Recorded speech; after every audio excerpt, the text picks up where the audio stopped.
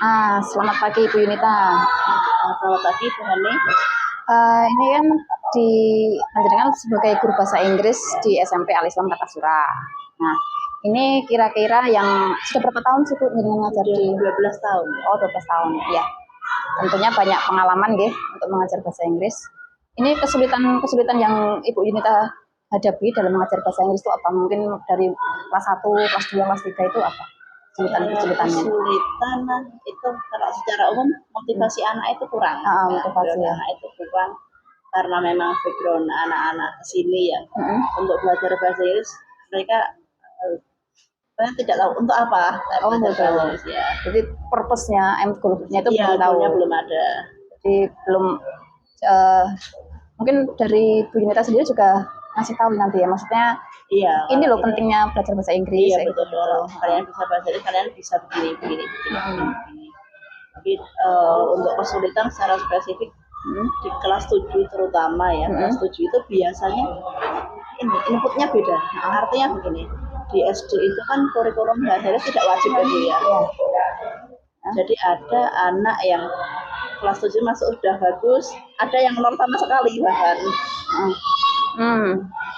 Terus itu selain motivasi, kesulitannya apa? Selain motivasi terhadap anak, mungkin dalam menerangkan sebuah materi atau apa gitu, selain motivasi menerangkan materi ya.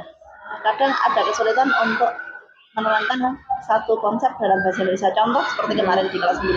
Present perfect itu kan tidak ada padanannya dalam bahasa Indonesia, agak tricky.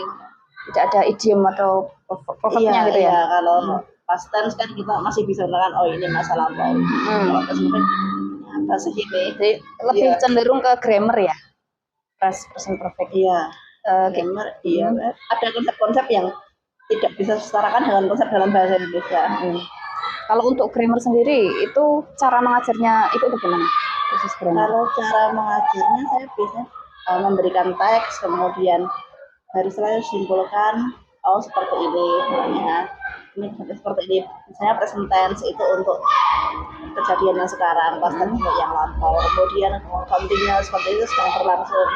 Itu anak-anak agak tricky ini sih, present perfect ini di guru sulit, di anak juga sulit. Jadi guru sendiri mengalami kesulitan untuk menyampaikan how to teach about present tadi ya. Berarti untuk mengajarnya grammar itu kan tidak bisa dengan langsung rumus gitu enggak, tapi harus sesuai dengan harus menggunakan teks gitu kan. Iya, harus dengan teks dulu, konteks dulu, kadang juga ada permainan dulu. Kalau langsung rumus pusing anak itu. Untuk berlaku untuk kelas 7, 8, 9 juga. Kalau kelas 7 belum terlalu. Kelas 7 itu kan masih materi dasar ya, misalnya perkenalan, kemudian shopping list, kemudian artikel on seperti itu. Nah, itu selain motivasi siswa, kemudian grammar yang present perfect tadi, itu ada lagi kah?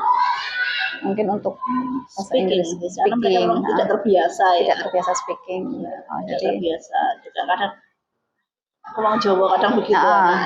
Jadi guru di sini harus ikut andil, walaupun kamu orang Jawa, banyak orang luar negeri yang bisa bahasa Inggris gitu ya, bahasa Jawa gitu. Kenapa kita tidak gitu ya? Mungkin vocabulary-nya kurang gitu ya. Iya. Tapi kalau vocab kurang, saya mewajibkan untuk membawa kamus dan ada sanksinya jika tidak membawa. Ya.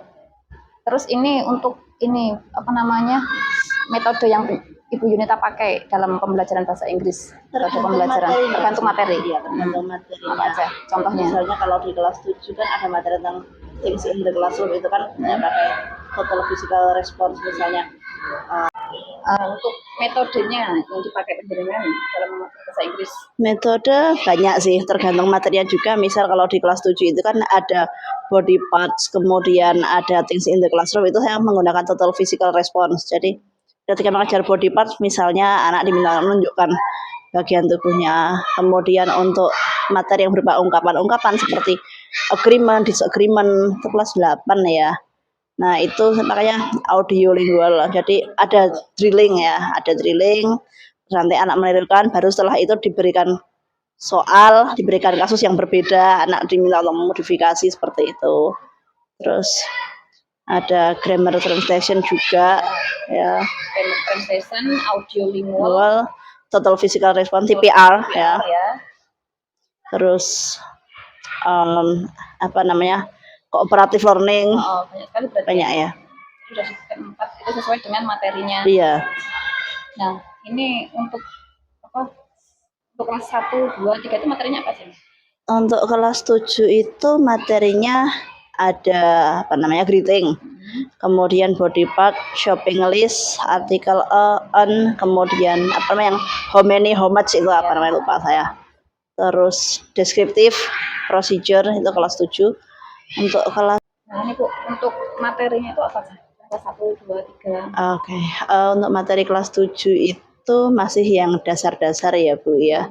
Di antara lain ada greeting, kemudian ada alfabet, number, kemudian shopping list, ada lagi artikel on, kemudian how much, how many, descriptive, procedure, adjective, seperti itu. Berarti masih di dasar banget ya? Iya, kalau kelas 7. Kemudian untuk kelas 8 itu untuk tahun ini saya tidak mengajar kelas 8. Yang saya ingat tahun kemarin itu ada recount, kemudian past tense yang jelas, terus apa namanya, opinion, agreement and disagreement, kurang lebih seperti itu.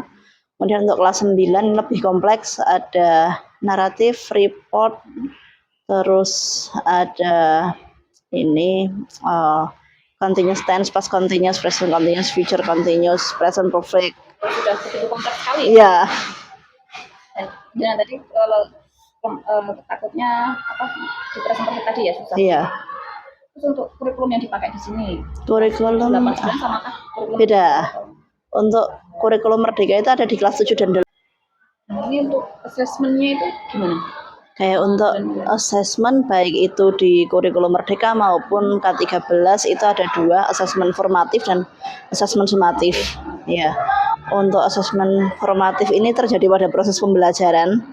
Sedangkan assessment sumatif itu istilahnya untuk mereview ya, untuk mereview seberapa jauh pemahaman siswa. Jadi ini misal ada di, kalau dulu namanya ulangan harian, kemudian ada di ujian tengah semester dan di ujian akhir semester.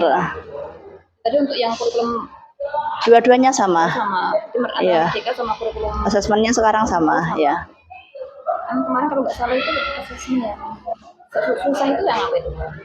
Yang kayak yang jelimet kata guru yang lain itu. Yang sulit ya. Yang sulit itu yang K13 karena ada nilai pengetahuan dan keterampilan itu kan makan waktu ya.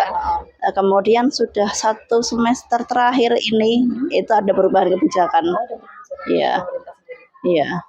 Memakai itu tadi. Iya, jadi masih K13 tapi asesmennya sudah mengikuti asesmen kurikulum Merdeka. Nah, ini untuk penilaian maksudnya kadang kita susah untuk menilai anak yang kadang nilainya pas harian biasa gitu, tapi pas testing itu kita lembaga jawabnya kita nilai itu ada yang bagus gitu. Padahal di kesehariannya biasa itu. Nah, kita sebagai guru untuk tolak ukurnya untuk mencari subjektivitas itu gimana? Tolak ukurnya, kan, iya. Kan? Iya, betul. Iya. Kalau tolak ukurnya melihat keseharian anaknya aktif atau tidak. Kemudian dari asesmen formatifnya di hariannya kan kelihatan bisa atau tidak. Kan juga kita pasti juga akan bertanya-tanya ketika anak yang kesehariannya cenderung biasa-biasa saja bahkan agak rendah tiba-tiba menonjol kan. Dan kita sebenarnya memudahkan kita untuk koreksi ya, satu sama lari ya. Jadi itu memang sebagai guru harus ini ya, namanya jeli terhadap keseharian anak. Oke, itu tadi Bu Yunita, terima kasih atas waktunya. Ini Al-Islam Kata Surah, proses pembelajarannya, kurikulumnya, materi dan juga materi yang dipakai sudah panjenengan terangkan. Terima kasih atas waktunya. Assalamualaikum warahmatullahi wabarakatuh. Sama-sama Ibu Hani, terima kasih atas kepercayaannya. Semoga di lain waktu kita bisa kerjasama kembali.